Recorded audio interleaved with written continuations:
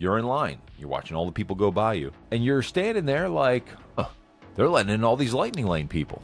Why aren't they letting in more standby queue? I guess they don't like the standby queue people. You're getting mad. You're getting upset. Come on. You know you've been there. I know I have. So not only you're sitting there, you're eyeballing, you're getting disgusted with the people going through the lightning lane. You're getting disgusted with the Disney employees. You feel disgusted about yourself. And then you're standing there, and guess what? The ride breaks down. And I've been there. Don't tell me you haven't been there. You stand there in line for an hour. Next thing you know, man, we haven't moved in a while. Holy smokes, what's going on?